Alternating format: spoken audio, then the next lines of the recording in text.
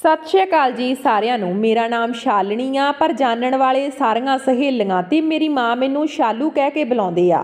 ਅਸੀਂ आगरा ਦੇ ਛੋਟੇ ਜਿਹੇ ਇਲਾਕੇ ਵਿੱਚ ਛੋਟੀ ਜਿਹੀ ਤੰਗ ਗਲੀ ਵਿੱਚ ਇੱਕ ਕਮਰੇ ਦੇ ਮਕਾਨ ਵਿੱਚ ਰਹਿੰਦੇ ਸੀ। ਮੈਂ ਅਤੇ ਮੇਰੀ ਮਾਂ ਅਸੀਂ ਦੋਨੋਂ ਇੱਕ ਦੂਜੇ ਦੇ ਲਈ ਸਭ ਕੁਝ ਸੀ। ਮੇਰਾ ਹੋਰ ਕੋਈ ਭੈਣ ਭਰਾ ਨਹੀਂ ਸੀ। ਮੈਂ ਇੱਕ ਹੀ ਬੇਟੀ ਸੀ ਤੇ ਮੇਰੇ ਪਿਤਾ ਜੀ ਬਚਪਨ ਵਿੱਚ ਹੀ ਮੌਤ ਹੋ ਗਈ ਸੀ। ਮੇਰੀ ਮਾਂ ਨੇ ਮੈਨੂੰ ਕਦੇ ਮੇਰੇ ਪਿਤਾ ਦੇ ਬਾਰੇ ਨਹੀਂ ਦੱਸਿਆ ਸੀ। ਮੈਂ ਉਹਨਾਂ ਤੋਂ ਜਦੋਂ ਵੀ ਪੁੱਛਦੀ ਤਾਂ ਉਹ ਇਹੀ ਕਹਿੰਦੀ ਕਿ ਉਸ ਵਕਤ ਤੂੰ ਮੇਰੇ ਪੇਟ ਵਿੱਚ ਸੀ ਜਦੋਂ ਉਹ ਸਾਨੂੰ ਇਸ ਦੁਨੀਆ ਵਿੱਚ ਇਕੱਲਾ ਛੱਡ ਕੇ ਚਲੇ ਗਏ। ਹੈਰਾਨੀ ਤਾਂ ਮੈਨੂੰ ਇਸ ਗੱਲ ਦੀ ਹੁੰਦੀ ਆ ਕਿ ਮਾਂ ਦੇ ਕੋਲ ਉਹਨਾਂ ਦੀ ਕੋਈ ਤਸਵੀਰ ਵੀ ਨਹੀਂ ਸੀ। ਮੇਰਾ ਬਹੁਤ ਦਿਲ ਕਰਦਾ ਸੀ ਕਿ ਮੈਂ ਆਪਣੇ ਬਾਪ ਨੂੰ ਦੇਖ ਸਕਦੀ, ਹਕੀਕਤ ਵਿੱਚ ਨਾ ਸਹੀ ਤਸਵੀਰ ਵਿੱਚ ਹੀ ਸਹੀ ਉਹਨਾਂ ਨੂੰ ਦੇਖ ਲੈਂਦੀ, ਲੇਕਿਨ ਅਜਿਹਾ ਵੀ ਮੁਮਕਿਨ ਨਹੀਂ ਹੋਇਆ ਸੀ। ਨਾ ਸਿਰਫ ਮੈਂ ਹੀ ਬਲਕਿ ਸਾਡੇ ਮੁਹੱਲੇ ਵਿੱਚ ਕੋਈ ਵੀ ਮੇਰੇ ਬਾਪ ਨੂੰ ਨਹੀਂ ਜਾਣਦਾ ਸੀ। ਸਭ ਨੇ ਹੀ ਉਸ ਦਾ ਨਾਮ ਸੁਣ ਰੱਖਿਆ ਸੀ, ਬਲਕਿ ਮੇਰੀ ਮਾਂ ਨੇ ਮੈਨੂੰ ਦੱਸਿਆ ਸੀ ਜਿਸ ਵਕਤ ਉਸ ਦਾ ਵਿਆਹ ਹੋਇਆ ਸੀ ਤਾਂ ਉਹ ਮੇਰੇ ਪਿਤਾ ਜੀ ਦੇ ਨਾਲ ਸ਼ਹਿਰ ਵਿੱਚ ਕਿਸੇ ਦੂਜੇ ਇਲਾਕੇ ਵਿੱਚ ਰਹਿੰਦੀ ਸੀ। ਪਰ ਫਿਰ ਮੇਰੇ ਪਿਤਾ ਜੀ ਦੀ ਮੌਤ ਤੋਂ ਬਾਅਦ ਮੇਰੀ ਮਾਂ ਉੱਥੇ ਨਾ ਰਹਿ ਸਕੀ ਕਿਉਂਕਿ ਉਹ ਘਰ ਥੋੜ੍ਹਾ ਵੱਡਾ ਸੀ ਤੇ ਉਸ ਦਾ ਕਿਰਾਇਆ ਵੀ ਜ਼ਿਆਦਾ ਸੀ। ਮੇਰੇ ਪਿਤਾ ਜੀ ਨੌਕਰੀ ਕਰਦੇ ਸੀ, ਇਸ ਲਈ ਉਹ ਘਰ ਦਾ ਕਿਰਾਇਆ ਦੇ ਦਿੰਦੇ ਸੀ, ਲੇਕਿਨ ਉਹਨਾਂ ਦੇ ਜਾਣ ਤੋਂ ਬਾਅਦ ਮਾਂ ਦੇ ਕੋਲ ਆਮਦਨ ਦਾ ਕੋਈ ਜ਼ਰੀਆ ਨਹੀਂ ਸੀ। ਉਹਨਾਂ ਦੇ ਕੋਲ ਇੰਨੇ ਪੈਸੇ ਨਹੀਂ ਸੀ ਕਿ ਉਹ ਇੰਨੇ ਵੱਡੇ ਘਰ ਦਾ ਕਿਰਾਇਆ ਦੇ ਸਕਦੀ। ਇਸ ਲਈ ਉਹਨਾਂ ਨੇ ਉਹ ਘਰ, ਉਹ ਮੁਹੱਲਾ ਛੱਡ ਦਿੱਤਾ ਅਤੇ ਇੱਥੇ ਆ ਕੇ ਇੱਕ ਛੋਟੇ ਜਿਹੇ ਘਰ ਵਿੱਚ ਰਹਿਣ ਲੱਗੀ। ਪਹਿਲਾਂ ਤਾਂ ਮੇਰੀ ਮਾਂ ਇੱਕ ਫੈਕਟਰੀ ਵਿੱਚ ਨੌਕਰੀ ਕਰਦੀ ਸੀ, ਲੇਕਿਨ ਉਸ ਨਾਲ ਸਾਡਾ ਗੁਜ਼ਾਰਾ ਕਰਨਾ ਬਹੁਤ ਮੁਸ਼ਕਲ ਨਾਲ ਹੁੰਦਾ ਸੀ ਤੇ ਫਿਰ ਥੱਕ ਹਾਰ ਕੇ ਹਾਲਾਤ ਤੋਂ ਤੰਗ ਆ ਕੇ ਮੇਰੀ ਮਾਂ ਨੇ ਰਿਕਸ਼ਾ ਲਿਆ। ਪਿਛਲੇ ਕਾਫੀ ਸਾਲਾਂ ਤੋਂ ਮੇਰੀ ਮਾਂ ਰਿਕਸ਼ਾ ਚਲਾ ਰਹੀ ਸੀ ਕਿਉਂਕਿ ਜਦੋਂ ਮੇਰੀ ਮਾਂ ਫੈਕਟਰੀ 'ਚ ਜਾਂਦੀ ਸੀ ਤਾਂ ਮੇਰੀ ਮਾਂ ਸਵੇਰ ਤੋਂ ਜਾਂਦੀ ਸੀ, ਸ਼ਾਮ ਨੂੰ ਘਰ ਵਾਪਸ ਆਉਂਦੀ ਸੀ। ਇਸ ਦੌਰਾਨ ਮੈਂ ਆਪਣੇ ਸਕੂਲ ਤੋਂ ਵਾਪਸ ਆ ਕੇ ਘਰ ਵਿੱਚ ਇਕੱਲੀ ਹੁੰਦੀ ਸੀ। ਇੱਕ ਦਿਨ ਅਜਿਹਾ ਹਾਦਸਾ ਹੋਇਆ ਜਿਸ ਨੇ ਮੇਰੀ ਮਾਂ ਨੂੰ ਸੋਚਾਂ ਵਿੱਚ ਪਾ ਦਿੱਤਾ। ਮੈਂ ਸਕੂਲ ਤੋਂ ਘਰ ਆ ਕੇ ਸਾਰਾ ਵਕਤ ਇਕੱਲੀ ਗੁਜ਼ਾਰਦੀ ਤੇ ਮਾਂ ਦੇ ਆਉਣ ਦਾ ਇੰਤਜ਼ਾਰ ਕਰਦੀ। ਮਾਂ ਮੇਰੇ ਲਈ ਖਾਣਾ ਬਣਾ ਕੇ ਰੱਖ ਜਾਂਦੀ ਅਤੇ ਮੈਂ ਆ ਕੇ ਉਹ ਖਾਣਾ ਖਾ ਕੇ ਆਪਣੀ ਪੜ੍ਹਾਈ ਵਿੱਚ ਮਗਨ ਹੋ ਜਾਂਦੀ। ਇੱਕ ਦਿਨ ਇਸ ਤਰ੍ਹਾਂ ਮੈਂ ਆਪਣੇ ਸਕੂਲ ਵਿੱਚ ਵਾਪਸ ਆ ਕੇ ਘਰ ਵਿੱਚ ਇਕੱਲੀ ਸੀ। ਜਦੋਂ ਘਰ ਦਾ ਦਰਵਾਜ਼ਾ ਖੜਕਿਆ ਤਾਂ ਮਾਂ ਨੇ ਮੈਨੂੰ ਚੰਗੀ ਤਰ੍ਹਾਂ ਸਮਝਾਇਆ ਹੋਇਆ ਸੀ ਕਿ ਕੋਈ ਵੀ ਘਰ ਆਵੇ ਤਾਂ ਮੈਂ ਪੁੱਛੇ ਬਗੈਰ ਦਰਵਾਜ਼ਾ ਨਾ ਖੋਲ੍ਹਾਂ। ਜੇ ਕੋਈ ਮੇਰੀ ਜਾਣ ਪਹਿਚਾਣ ਵਾਲਾ ਤਾਂ ਹੀ ਦਰਵਾਜ਼ਾ ਖੋਲ੍ਹਾਂ, ਮਾਂ ਹੋਵੇ ਤਾਂ ਖੋਲ੍ਹਾਂ, ਵਰਨਾ ਕੋਈ ਅਣਜਾਣ ਇਨਸਾਨ ਹੋਵੇ ਤਾਂ ਦਰਵਾਜ਼ਾ ਕਦੇ ਨਾ ਖੋਲ੍ਹੀਂ। ਮਾਂ ਦੀ ਇਹ ਗੱਲ ਮੈਨੂੰ ਚੰਗੀ ਤਰ੍ਹਾਂ ਨਾਲ ਯਾਦ ਸੀ। ਉਸ ਦਿਨ ਉਸੇ ਤਰ੍ਹਾਂ ਘਰ ਦਾ ਦਰਵਾਜ਼ਾ ਵੱਜਿਆ। ਜਦੋਂ ਮੈਂ ਪੁੱਛਣ ਦੇ ਲਈ ਦਰਵਾਜ਼ੇ 'ਤੇ ਗਈ ਤਾਂ ਮੈਂ ਪੁੱਛਿਆ ਤਾਂ ਇੱਕ ਬੱਚੇ ਨੇ ਦਰਵਾਜ਼ਾ ਖੋਲ੍ਹਣ ਦੇ ਲਈ ਕਿਹਾ। ਉਹ ਬੱਚਾ ਸਾਡੇ ਮੁਹੱਲੇ ਦਾ ਹੀ ਸੀ, ਕਦੇ ਕਵਾਰ ਖੇਲਣ ਦੇ ਲਈ ਘਰ ਆ ਜਾਂਦਾ ਸੀ। ਮੈਂ ਵੀ ਉਸ ਦੇ ਨਾਲ ਖੇਡ ਲੈਂਦੀ ਸੀ ਤਾਂ ਵਕਤ ਚੰਗਾ ਗੁਜ਼ਰ ਜਾਂਦਾ ਸੀ। ਇਹੀ ਸੋਚਦੇ ਹੋਏ ਉਹ ਖੇਲਣ ਦੇ ਲਈ ਘਰ ਆਇਆ ਹੋਵੇਗਾ। ਮੈਂ ਉਸ ਦੀ ਪਹਿਲੀ ਆਵਾਜ਼ 'ਤੇ ਹੀ ਦਰਵਾਜ਼ਾ ਖੋਲ੍ਹ ਦਿੱਤਾ, ਲੇਕਿਨ ਸਾਹਮਣੇ ਦਾ ਦ੍ਰਿਸ਼ ਦੇਖ ਕੇ ਮੈਂ ਹੈਰਾਨ ਰਹਿ ਗਈ। ਉਹ ਬੱਚਾ ਸਾਹਮਣੇ ਤੋਂ ਹਟਿਆ ਤੇ ਆਪਣੇ ਘਰ ਭੱਜ ਗਿਆ। ਮੈਂ ਉਸ ਨੂੰ ਆਵਾਜ਼ਾਂ ਹੀ ਦਿੰਦੀ ਰਹੀ, ਲੇਕਿਨ ਉਸ ਨੇ ਮੇਰੀ ਗੱਲ ਨਾ ਸੁਣੀ। ਉਸ ਦੇ ਜਾਂਦੇ ਹੀ ਮੈਂ ਦੇਖਿਆ ਕਿ ਇੱਕ ਆਦਮੀ ਦਰਵਾਜ਼ੇ ਦੇ ਬਾਹਰ ਖੜਾ ਸੀ। ਯਕੀਨਨ ਉਸ ਆਦਮੀ ਨੇ ਉਸ ਬੱਚੇ ਨੂੰ ਪੈਸੇ ਦੇ ਕੇ ਜਾਂ ਫਿਰ ਖਾਣ ਦੀ ਕੋਈ ਚੀਜ਼ ਦੇ ਕੇ ਦਰਵਾਜ਼ਾ ਖੜਕਾਉਣ ਦੇ ਲਈ ਕਿਹਾ ਹੋਵੇਗਾ। ਉਹ ਆਦਮੀ ਚੰਗੀ ਤਰ੍ਹਾਂ ਨਾਲ ਜਾਣਦਾ ਸੀ ਉਸ ਦੀ ਆਵਾਜ਼ 'ਤੇ ਮੈਂ ਕਦੇ ਵੀ ਦਰਵਾਜ਼ਾ ਨਹੀਂ ਖੋਲੂੰਗੀ, ਕਿਉਂਕਿ ਉਸ ਨੇ ਪਹਿਲਾਂ ਵੀ ਇੱਕ ਦੋ ਵਾਰ ਅਜਿਹਾ ਕੀਤਾ ਸੀ। ਜਦੋਂ ਦਰਵਾਜ਼ਾ ਖੜਕਦਾ ਤਾਂ ਬਾਹਰ ਤੋਂ ਕਿਸੇ ਅਜਨਬੀ ਦੀ ਆਵਾਜ਼ ਮੈਨੂੰ ਸੁਣਾਈ ਦਿੱਤੀ ਅਤੇ ਮੈਂ ਆਵਾਜ਼ ਸੁਣਦੇ ਹੀ ਦਰਵਾਜ਼ੇ ਨੂੰ ਹੋਰ ਚੰਗੀ ਤਰ੍ਹਾਂ ਨਾਲ ਬੰਦ ਕਰ ਲੈਂਦੀ। ਵਾਪਸ ਆਪਣੇ ਕਮਰੇ ਵਿੱਚ ਆ ਕੇ ਬੈਠ ਗਈ, ਲੇਕਿਨ ਇਸ ਵਾਰ ਇਸ ਇਨਸਾਨ ਨੇ ਧੋਖਾ ਦਿੱਤਾ ਸੀ ਤੇ ਬੱਚੇ ਨੂੰ ਸਾਹਮਣੇ ਖੜਾ ਕਰਕੇ ਉਸ ਦੀ ਆਵਾਜ਼ ਸੁਣ ਕੇ ਮੈਂ ਦਰਵਾਜ਼ਾ ਖੋਲ੍ਹਿਆ ਤਾਂ ਸਾਹਮਣੇ ਕੋਈ ਹੋਰ ਸੀ। ਉਸ ਤੋਂ ਪਹਿਲਾਂ ਕਿ ਮੈਂ ਦਰਵਾਜ਼ਾ ਬੰਦ ਕਰਦੀ, ਉਸ ਆਦਮੀ ਨੇ ਇੱਕ ਝਟਕੇ ਨਾਲ ਦਰਵਾਜ਼ਾ ਖੋਲ੍ਹਿਆ ਤੇ ਮੇਰੇ ਘਰ ਦੇ ਅੰਦਰ ਆ ਗਿਆ। ਮੈਂ ਫੌਰਨ ਉੱਥੋਂ ਭੱਜ ਆਈ ਤੇ ਆਪਣੇ ਘਰ ਦੀ ਛੱਤ 'ਤੇ ਚੜ੍ਹ ਗਈ, ਕਿਉਂਕਿ ਮੇਰੇ ਕੋਲ ਹੁਣ ਉਹੀ ਰਸਤਾ ਬਚਿਆ ਸੀ ਆਪਣੇ ਆਪ ਨੂੰ ਬਚਾਉਣ ਦਾ। ਹੁਣ ਇੱਕ ਹੀ ਰਸਤਾ ਸੀ। ਉਸ ਵਕਤ ਮੈਂ ਇੰਨੀ ਛੋਟੀ ਵੀ ਨਹੀਂ ਸੀ ਕਿ ਹਰ ਚੀਜ਼ ਨੂੰ ਚੰਗੀ ਤਰ੍ਹਾਂ ਨਾਲ ਸਮਝਦੀ ਸੀ ਤੇ ਵੈਸੇ ਵੀ ਜਿਸ ਤਰ੍ਹਾਂ ਦੇ ਹਾਲਾਤ ਵਿੱਚ ਮੈਂ ਜ਼ਿੰਦਗੀ ਗੁਜ਼ਾਰੀ ਸੀ, ਵਕਤ ਤੋਂ ਪਹਿਲਾਂ ਸਮਝਦਾਰ ਹੋ ਗਈ ਸੀ ਤੇ ਆਪਣੀ ਉਮਰ ਨਾ ਹੋਣ ਤੋਂ ਵੱਡੀ ਲੱਗਦੀ ਸੀ। ਮੇਰੀ ਮਾਂ ਨੇ ਮੈਨੂੰ ਬਚਪਨ ਵਿੱਚ ਹੀ ਸਹੀ ਗਲਤ ਦਾ ਫਰਕ ਬਹੁਤ ਚੰਗੇ ਤਰੀਕੇ ਨਾਲ ਸਮਝਾਇਆ ਸੀ ਅਤੇ ਇਹ ਗੱਲ ਚੰਗੀ ਤਰ੍ਹਾਂ ਨਾਲ ਸਮਝਾਈ ਸੀ ਕਿ ਲੋਕ ਸਾਨੂੰ ਕਿਸ ਨਜ਼ਰ ਨਾਲ ਦੇਖਦੇ ਆ। ਉਸ ਵਕਤ ਉਸ ਇਨਸਾਨ ਦੇ ਦੇਖਣ ਦਾ ਅੰਦਾਜ਼ ਕਿਹੋ ਜਿਹਾ ਹੁੰਦਾ क्योंकि साडे घर विच कोई मर्द नहीं सी। इस लई माँ ने मैनूं हमेशा मर्द दी हर नज़र दे बारे चंगी तरह नाल समझाया सी तां कि मैं कदे भी किसी दे हत्थों बेवकूफ ना बन सकां। इस आदमी दी नज़र नूं मैं चंगी तरह नाल समझ गई सी। उस दी नीयत कुछ ठीक नहीं सी। इस लई मैं घर दी छत ते चढ़ गई ते मैं उत्थे चढ़ के शोर मचाउणा शुरू कर दिता। आस पास दे लोकां ने जदों मेरा शोर सुनिया तां ओह साडे घर आ गए ते उस आदमी नूं उन्हां ने फड़ लिया, जदकि उस आदमी ने यह कहा सी कि वह मेरे बुलाउण ते घर आया सी। मैं भी यही कहा सी कि मैनूं घर विच डर लग रहा सी, इसलिए वह मेरी मदद दे लई घर आया सी। लेकिन सब लोग चंगी तरह नाल जाणदे सी कि वह आदमी किस तरह दा सी। मुहल्ले विच वह यही वजह नाल बदनाम सी। वह आदमी चंगा नहीं सी, उसका चरित्र बहुत खराब सी ते मैं आए दिन उस दे बारे विच कोई ना कोई नवीं गल सुणन नूं मिलदी रहिंदी सी। लेकिन कोई भी उस मुहल्ले विच हुण तक उसनूं कढ नहीं पाया सी, क्योंकि उसकी पहुँच बहुत दूर दूर तक सी ते बड़े बड़े लोकां नाल उसदे संबंध सी। इसलिए सारे लोग उस तों डरदे सी। उस वक्त लोकां ने उसनूं फड़ लिया ते जबरदस्ती मेरे घर तो बाहर कढ दिता। उस दिन दे बाद सामने मेरी माँ नूं यही कहा कि इस तरह नाल मैनूं घर विच इकल्ला छड्डना ठीक नहीं। उस दिन तां ओह लोग वक्त ते पहुँच गए ते उन्हां ने उस आदमी नूं घर विचों कढ दिता। पर की वह आदमी दुबारा तो बदला लैण दे लई किसी होर तरीके नाल साडे घर विच आ सकदा? ਇਹ ਗੱਲ ਮੇਰੇ ਲਈ ਬਿਲਕੁਲ ਵੀ ਠੀਕ ਨਹੀਂ ਸੀ। ਇਸ ਵਿੱਚ ਮੇਰੀ ਮਾਂ ਨੂੰ ਮੇਰੇ ਲਈ ਕੋਈ ਬੰਦੋਬਸਤ ਕਰਨਾ ਪਵੇਗਾ। ਜਾਂ ਤਾਂ ਉਹ ਮੈਨੂੰ ਆਪਣੇ ਨਾਲ ਲੈ ਜਾਇਆ ਕਰੇ ਜਾਂ ਫਿਰ ਕੋਈ ਅਜਿਹਾ ਕੰਮ ਕਰੇ ਕਿ ਮੇਰੇ ਆਉਣ ਤੱਕ ਮਾਂ ਖੁਦ ਵੀ ਘਰ ਆ ਜਾਵੇ। ਕੱਲ ਨੂੰ ਕੋਈ ਗੱਲ ਹੋ ਗਈ ਤਾਂ ਮੇਰੀ ਮਾਂ ਕਿਸੇ ਦਾ ਕਾਲਰ ਫੜੇਗੀ। ਇਸ ਲਈ ਚੰਗਾ ਇਹੀ ਹੋਵੇਗਾ ਕਿ ਹੁਣੇ ਹੀ ਠੀਕ ਫੈਸਲਾ ਕਰ ਲਵੇ। उस दिन मेरी माँ ने बहुत सोचिया ते फिर उन्होंने फैसला किया कि हुण वो मैनू इकल्ला छड्ड के नहीं जाणगे। इस दे बाद मेरी माँ ने रिक्शा लिआंदा ते रिक्शा चलाउणा शुरू कर दिता। वो सुबह तो लैके दोपहर तक रिक्शा चलाउंदी ते जदों मैं घर वापस आउंदी तां मेरी माँ भी मेरे नाल घर आ जांदी। उस दे बाद वो मैनू इकल्ला छड्ड के किते नहीं जांदी सी। शाम नूं भी वो मेरे नाल घर विच रहिंदी सी। दिन विच ਉਹ ਇੰਨਾ ਕਮਾ ਲੈਂਦੀ ਸੀ ਕਿ ਸਾਡਾ ਗੁਜ਼ਾਰਾ ਚੰਗੀ ਤਰ੍ਹਾਂ ਹੋ ਜਾਂਦਾ ਸੀ। ਜ਼ਿੰਦਗੀ ਇਸੇ ਤਰ੍ਹਾਂ ਗੁਜ਼ਰ ਰਹੀ ਸੀ। ਮੇਰੀ ਮਾਂ ਨੇ ਮੈਨੂੰ ਮਜ਼ਬੂਤ ਬਣਾਇਆ ਸੀ। ਮੈਂ ਲੋਕਾਂ ਤੋਂ ਡਰਦੀ ਨਹੀਂ ਸੀ, ਲੇਕਿਨ ਫਿਰ ਵੀ ਮੇਰੀ ਮਾਂ ਮੇਰੇ ਮਾਮਲੇ ਵਿੱਚ ਬਹੁਤ ਸੰਤਰਕ ਰਹਿੰਦੀ ਸੀ। ਉਹ ਮੈਨੂੰ ਬਗੈਰ ਜ਼ਰੂਰਤ ਦੇ ਕਦੇ ਘਰ ਤੋਂ ਬਾਹਰ ਨਹੀਂ ਜਾਣ ਦਿੰਦੀ ਸੀ। ਸ਼ਾਮ ਦੇ ਸਮੇਂ ਉਹਨਾਂ ਨੇ ਕਦੇ ਮੈਨੂੰ ਘਰ ਤੋਂ ਬਾਹਰ ਜਾਣ ਨਹੀਂ ਦਿੱਤਾ ਸੀ। ਮੈਨੂੰ ਵੀ ਇਹਨਾਂ ਸਾਰੀਆਂ ਚੀਜ਼ਾਂ ਦੀ ਆਦਤ ਹੋ ਗਈ ਸੀ। मैं अपने काम नाल काम रखण वाली लड़की सी ते पढ़ाई पूरी करके मैं सारा वक्त घर विच गुजारदी, काम काज विच माँ की मदद करदी। मैं ये चंगी तरह जानदी सी कि मेरी माँ मेरे लिए इन्नी मेहनत करदी आ, इसलिए घर के काम काज विच मैं उन्हां दी मदद करवा दिंदी। माँ ने कदे भी मेरे उपर किसी भी काम का बोझ नहीं पाया सी। खुद मुश्किल चुक लैंदी सी, लेकिन उन्होंने हमेशा मेरे लिए आसानी पैदा की सी। ਉਹ घर ਦੇ ਸਾਰੇ ਕੰਮ खुद करती सी। मैनू इन्हां सारे कामां तो दूर रखदी सी। मैनू ये कहती सी कि मैं पढ़ाई विच ध्यान दिया करां, लेकिन मैं बचपन विच ही जिम्मेवार सी। मैं जानदी सी कि किस तरह नाल मेरी माँ ने मेहनत कीती आ। इसलिए मैं वो बहुत कुछ उन्हां तों लैके सोचिया सी। यही सोचिया सी कि जिंदगी विच कुछ बण के दिखाऊंगी ते माँ नूं चंगी जिंदगी देऊंगी।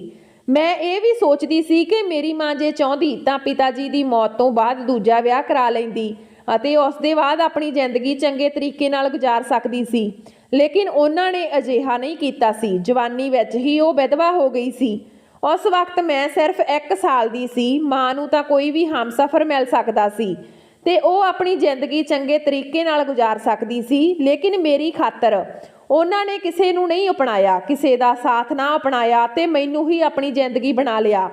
बहुत मुश्किल जिंदगी उन्होंने गुजारी, मेहनत नाल इन्ना कुछ कीता, लेकिन मैनू इकल्ला नहीं छड्डिया। वो जानदी सी कि जे उन्होंने मैनू छड्ड दिता तां मैं लोकां दे रहमो करम ते आ जाऊंगी ते फिर जो इंसान इस दुनिया दे रहमो करम ते आ जावे उस दे नाल ये दुनिया उही सलूक करदी आ जो वो करना चाहे।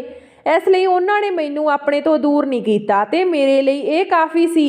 वो मेरे नाल सी, मैनू छड्ड के नहीं गई सी। इस तो ज़्यादा मैनू की चाहिदा सी। मैं कदे भी उन्होंने अपनी चीज़ के लिए जिद नहीं की सी। वो जो कुछ भी मेरे लिए लैके आउंदी सी मैं खुशी खुशी लै लैंदी सी। इस तरह के साडे हालात सी। मेरी माँ मेरियां सारियां खुशियां पूरियां नहीं कर सकती सी। मैं बाकी बच्चों तो बहुत हट के जिंदगी गुजारी सी।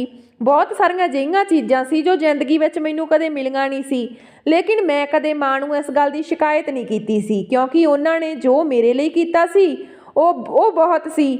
ਸਾਡੇ ਕੋਈ ਰਿਸ਼ਤੇਦਾਰ ਨਹੀਂ ਸੀ, ਮੇਰੀ ਸਿਰਫ ਇੱਕ ਨਾਨੀ ਸੀ। ਮੇਰੀ ਮਾਂ ਉਹਨਾਂ ਕੋਲ ਜਾਂਦੀ ਸੀ, ਮੈਨੂੰ ਉਹਨਾਂ ਕੋਲੇ ਨਹੀਂ ਲੈ ਕੇ ਜਾਂਦੀ ਸੀ। ਇੱਕ ਵਾਰ ਮੈਂ ਉਹਨਾਂ ਦੇ ਘਰ ਗਈ ਤਾਂ ਉੱਥੇ ਬਹੁਤ ਸਾਰੀਆਂ ਲੜਕੀਆਂ ਸੀ।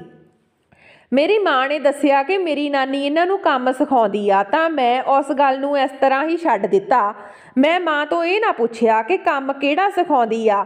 ਖੈਰ, ਇੱਕ ਦਿਨ ਮੇਰੀ ਮਾਂ ਬਿਮਾਰ ਹੋ ਗਈ। ਡਾਕਟਰ ਨੇ ਉਹਨਾਂ ਨੂੰ ਆਰਾਮ ਕਰਨ ਦੇ ਲਈ ਕਿਹਾ ਤੇ ਜ਼ਿਆਦਾ ਤੋਂ ਜ਼ਿਆਦਾ ਆਰਾਮ ਕਰੇ ਤੇ ਕੋਈ ਕੰਮ ਨਾ ਕਰੇ।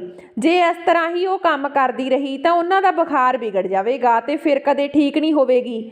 ਉਸ ਦਿਨ ਮੈਂ ਫੈਸਲਾ ਕਰ ਲਿਆ ਸੀ ਕਿ ਮੈਨੂੰ ਕੀ ਕਰਨਾ। ਮੈਂ ਆਪਣੀ ਮਾਂ ਨੂੰ ਚੰਗੀ ਜ਼ਿੰਦਗੀ ਦੇਣਾ ਚਾਹੁੰਦੀ ਸੀ, ਇਸ ਲਈ ਮਿਹਨਤ ਕਰਦੀ ਸੀ, ਪੜ੍ਹਾਈ ਕਰਦੀ ਸੀ ਤੇ ਕੁਝ ਬਣਨਾ ਚਾਹੁੰਦੀ ਸੀ, ਕਿਉਂਕਿ ਮੇਰੀ ਮਾਂ ਨੂੰ ਹੁਣ ਮੇਰੀ ਜ਼ਰੂਰਤ ਸੀ। ਹੁਣ ਉਹ ਤਕਲੀਫ ਵਿੱਚ ਸੀ, ਇਸ ਲਈ ਮੈਂ ਮਾਂ ਨੂੰ ਕਿਹਾ ਕਿ ਮੈਂ ਉਹਨਾਂ ਦੀ ਜਗ੍ਹਾ ਕੰਮ 'ਤੇ ਜਾਇਆ ਕਰੂੰਗੀ, ਪਰ ਉਹਨਾਂ ਨੇ ਸਾਫ਼ ਮਨਾ ਕਰ ਦਿੱਤਾ। ਉਹ ਮੈਨੂੰ ਕੰਮ 'ਤੇ ਭੇਜਣ ਦੇ ਲਈ ਬਿਲਕੁਲ ਤਿਆਰ ਨਹੀਂ ਸੀ। ਉਹ ਮੈਨੂੰ ਬਾਹਰ ਭੇਜਣ ਦੇ ਲਈ ਤਿਆਰ ਹੀ ਨਹੀਂ ਸੀ, ਅਤੇ ਉਹ ਵੀ ਇਸ ਤਰ੍ਹਾਂ ਦੀ ਮਿਹਨਤ ਮਜ਼ਦੂਰੀ ਦੇ ਲਈ ਤਾਂ ਬਿਲਕੁਲ ਨਹੀਂ। ਉਹਨਾਂ ਨੇ ਮੈਨੂੰ ਸਮਝਾਇਆ ਕਿ ਮੈਂ ਆਪਣੀ ਪੜ੍ਹਾਈ ਵਿੱਚ ਧਿਆਨ ਦੇਵਾਂ। ਉਹ ਇਹ ਕੰਮ ਖੁਦ ਸੰਭਾਲ ਲਵੇਗੀ, ਲੇਕਿਨ ਉਹ ਕਿਵੇਂ ਸੰਭਾਲ ਲੈਂਦੀ, ਉਹਨਾਂ ਦੀ ਹਾਲਤ ਅਜਿਹੀ ਨਹੀਂ ਸੀ। ਬਹੁਤ ਹੀ ਮੁਸ਼ਕਲ ਨਾਲ ਮੈਂ ਉਹਨਾਂ ਨੂੰ ਇਸ ਗੱਲ 'ਤੇ ਰਾਜ਼ੀ ਕੀਤਾ। ਹੁਣ ਉਹਨਾਂ ਦੀ ਜਗ੍ਹਾ ਮੈਂ ਰਿਕਸ਼ਾ ਚਲਾਉਣ ਦੇ ਲਈ ਜਾਇਆ ਕਰੂੰਗੀ। ਮੈਂ ਮਾਂ ਨੂੰ ਇਹੀ ਕਿਹਾ ਕਿ ਇੱਕ ਦਿਨ ਵਿੱਚ ਮੈਂ ਆਪਣੇ ਕਾਲਜ ਦੀ ਪੜ੍ਹਾਈ ਦੇ ਲਈ ਚਲੀ ਜਾਇਆ ਕਰਾਂਗੀ ਤੇ ਫਿਰ ਉੱਥੋਂ ਆ ਕੇ ਸ਼ਾਮ ਤੱਕ ਮੈਂ ਰਿਕਸ਼ਾ ਚਲਾਇਆ ਕਰਾਂਗੀ। ਉੱਥੋਂ ਕੁਝ ਪੈਸੇ ਤਾਂ ਆਉਣਗੇ, ਸਾਡਾ ਗੁਜ਼ਾਰਾ ਹੋ ਜਾਵੇਗਾ ਤੇ ਜਦੋਂ ਤੱਕ ਤੁਸੀਂ ਠੀਕ ਨਹੀਂ ਹੋ ਜਾਂਦੇ ਉਦੋਂ ਤੱਕ ਇਹ ਕੰਮ ਕਰ ਲਵਾਂਗੀ। ਜਦੋਂ ਤੁਸੀਂ ਠੀਕ ਹੋ ਜਾਓਗੇ ਤਾਂ ਉਸ ਦੇ ਬਾਅਦ ਤੁਸੀਂ ਚਾਹੋ ਤਾਂ ਦੁਬਾਰਾ ਖੁਦ ਆਪਣੇ ਕੰਮ ਨੂੰ ਸੰਭਾਲ ਲਿਓ। ਆਖਰਕਾਰ ਮਜਬੂਰੀ ਵਿੱਚ ਆ ਕੇ ਮਾਂ ਨੇ ਮੈਨੂੰ ਅਨੁਮਤੀ ਦੇ ਦਿੱਤੀ, ਕਿਉਂਕਿ ਘਰ ਦੇ ਖਾਣੇ ਦੇ ਲਈ ਪੈਸੇ ਨਹੀਂ ਸੀ ਤੇ ਮਾਂ ਦੀਆਂ ਦਵਾਈਆਂ ਲਿਆਉਣ ਦੇ ਲਈ ਵੀ ਪੈਸੇ ਨਹੀਂ ਸੀ। ਉਹ ਵੀ ਮਜਬੂਰ ਸੀ। ਜੇ ਮੈਂ ਕੰਮ 'ਤੇ ਨਾ ਜਾਂਦੀ ਤਾਂ ਕੌਣ ਸਾਡੀ ਮਦਦ ਕਰਦਾ। ਅੱਜ ਤੱਕ ਕਿਸੇ ਨੇ ਸਾਡੀ ਮਦਦ ਨਹੀਂ ਕੀਤੀ ਸੀ, ਇਸ ਲਈ ਮੈਂ ਮਾਂ ਦੀ ਜਗ੍ਹਾ 'ਤੇ ਰਿਕਸ਼ਾ ਚਲਾਉਣ ਲੱਗੀ। ਮਾਂ ਦੀ ਜਗ੍ਹਾ ਰਿਕਸ਼ਾ ਚਲਾਉਂਦੇ ਹੋਏ ਮਹੀਨਾ ਹੋਣ ਵਾਲਾ ਸੀ। ਜਦੋਂ ਮਹੀਨੇ ਦੀ 22 ਤਰੀਕ ਆਈ ਤਾਂ ਮਹੀਨੇ ਦੀ 22 ਤਰੀਕ ਨੂੰ ਮਾਂ ਨੇ ਮੈਨੂੰ ਆਪਣੇ ਕੋਲ ਬੁਲਾਇਆ ਤੇ ਇਹ ਕਿਹਾ ਕਿ ਮੈਂ ਕੰਮ 'ਤੇ ਜਾਣ ਤੋਂ ਪਹਿਲਾਂ ਉਹਨਾਂ ਦੀ ਗੱਲ ਸੁਣਾ। ਜਦੋਂ ਮੈਂ ਉਹਨਾਂ ਦੇ ਕੋਲ ਗਈ ਤਾਂ ਮਾਂ ਨੇ ਮੈਨੂੰ ਲੜਕੇ ਵਾਲੇ ਕੱਪੜੇ ਦਿੱਤੇ ਤੇ ਕਹਿਣ ਲੱਗੀ ਕਿ ਇਹਨਾਂ ਕੱਪੜਿਆਂ ਨੂੰ ਪਹਿਨ ਕੇ ਲੜਕਿਆਂ ਦੀ ਤਰ੍ਹਾਂ ਬਣ ਕੇ ਜਾ, ਫਲਾਨੀ ਜਗ੍ਹਾ ਤੋਂ 10 ਔਰਤਾਂ ਨੂੰ ਲਿਆਉਣ ਦੇ ਲਈ ਜਾ। ਉਹਨਾਂ ਔਰਤਾਂ ਨੂੰ ਉੱਥੋਂ ਲਿਆ ਕੇ ਆਪਣੇ ਨਾਨੀ ਦੇ ਘਰ ਛੱਡ ਦੇਣਾ। ਮੈਂ ਉਹਨਾਂ ਦੀ ਗੱਲ ਸੁਣ ਕੇ ਕਾਫੀ ਹੈਰਾਨ ਹੋਈ ਕਿ ਅੱਜ ਤੋਂ ਪਹਿਲਾਂ ਤਾਂ ਮੈਂ ਆਪਣੇ ਕੰਮ 'ਤੇ ਜਦੋਂ ਵੀ ਜਾਂਦੀ ਸੀ ਤਾਂ ਇਸ ਹੁਲੀਏ ਵਿੱਚ ਹੀ ਚਲੀ ਜਾਂਦੀ ਸੀ।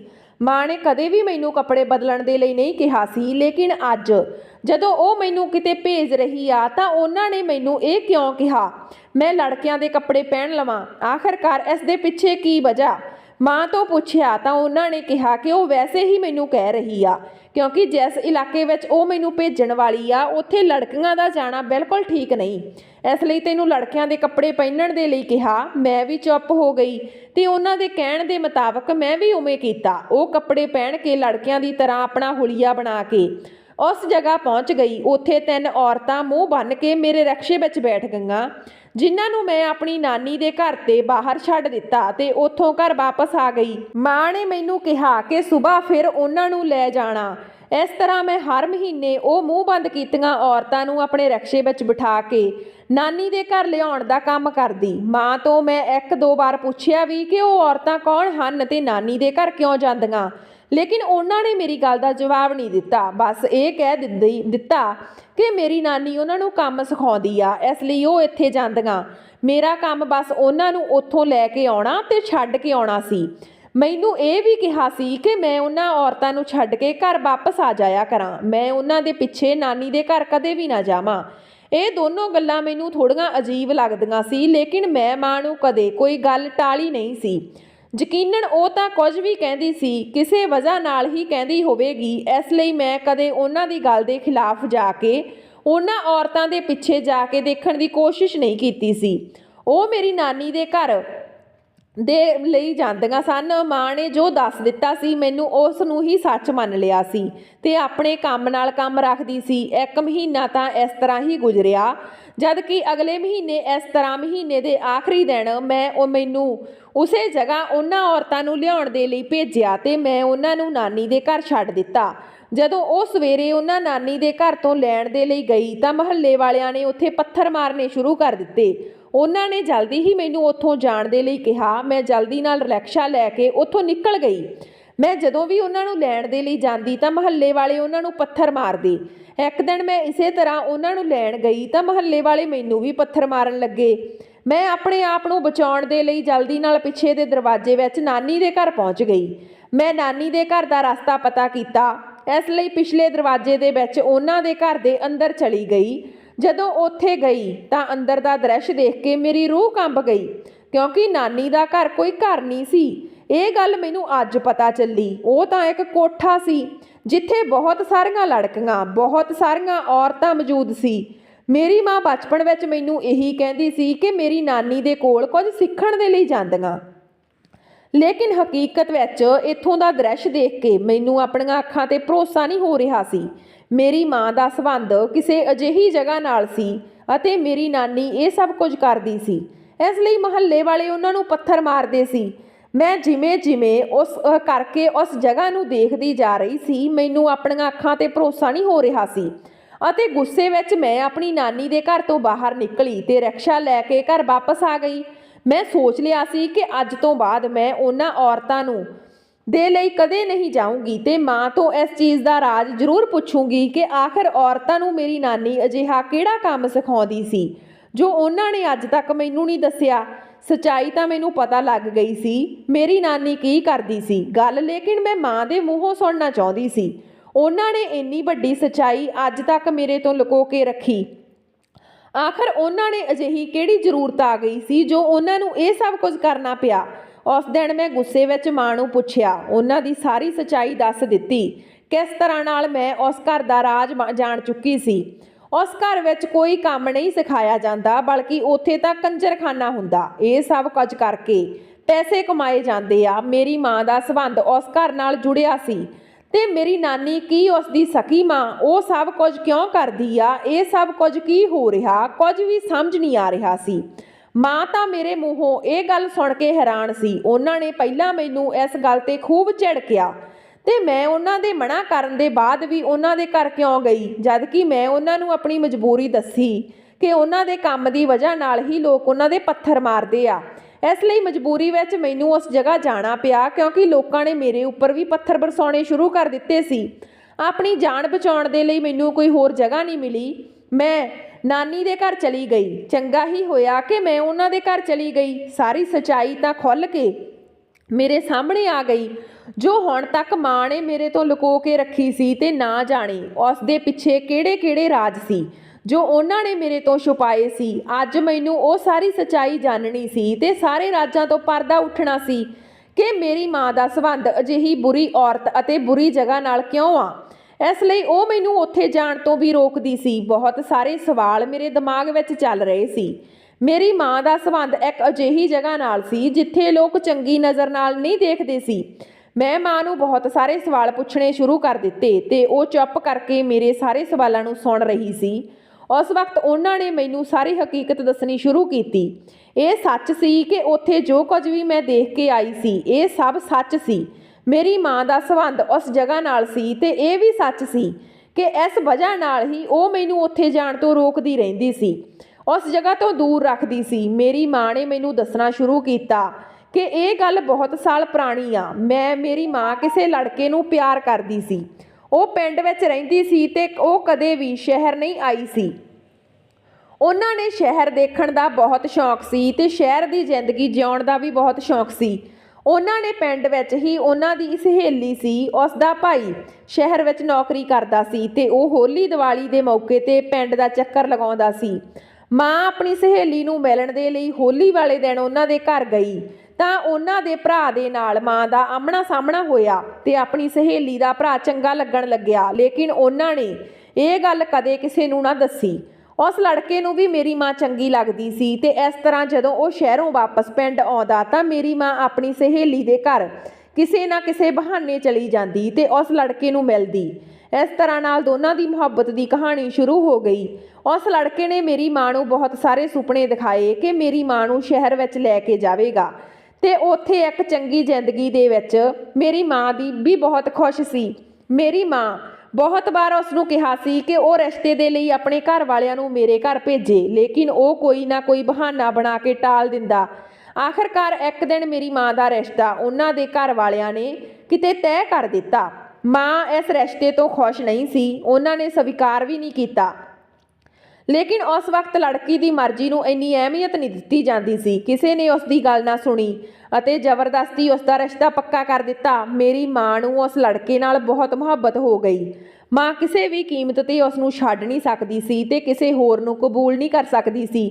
ਜਦੋਂ ਇਨਸਾਨ ਦਾ ਦਿਲ ਕਿਸੇ ਇੱਕ ਇਨਸਾਨ ਦੇ ਨਾਲ ਧੜਕਣਾ ਸ਼ੁਰੂ ਹੋ ਜਾਵੇ ਤਾਂ ਫਿਰ ਕਿਸੇ ਹੋਰ ਨੂੰ ਕਬੂਲ ਕਰਨਾ ਆਸਾਨ ਨਹੀਂ ਹੁੰਦਾ। ਉਸ ਸਮੇਂ ਮੇਰੀ ਮਾਂ ਦੀ ਉਮਰ ਸਿਰਫ 17 ਸਾਲ ਸੀ।